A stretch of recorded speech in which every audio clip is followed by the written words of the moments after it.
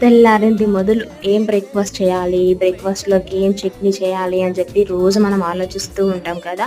ఏ పిండి సోక్ చేయకుండా, నానబెట్టకుండా, రుబ్బకుండా అప్పటికప్పుడు ఇన్స్టెంట్గా గోధుమ పిండితో గుంట పొంగనాలు చేయండి ఒకరోజు బ్రేక్ఫాస్ట్కి. చాలా బాగుంటాయి, అసలు మాటల్లో చెప్పలేను, అంత టేస్టీగా ఉంటాయండి.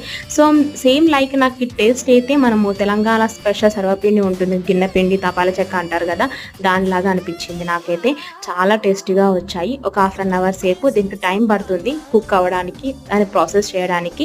లేదు అంటే ముందు రోజే దీని బ్యాటర్ని ప్రిపేర్ చేసి ఫ్రిడ్జ్లో పెట్టుకొని అప్పటికప్పుడు బ్రేక్ఫాస్ట్లోకి లేదా ఈవినింగ్ డిన్నర్లోకి, సాయంత్రం స్నాక్స్లోకి చేసుకోవచ్చు.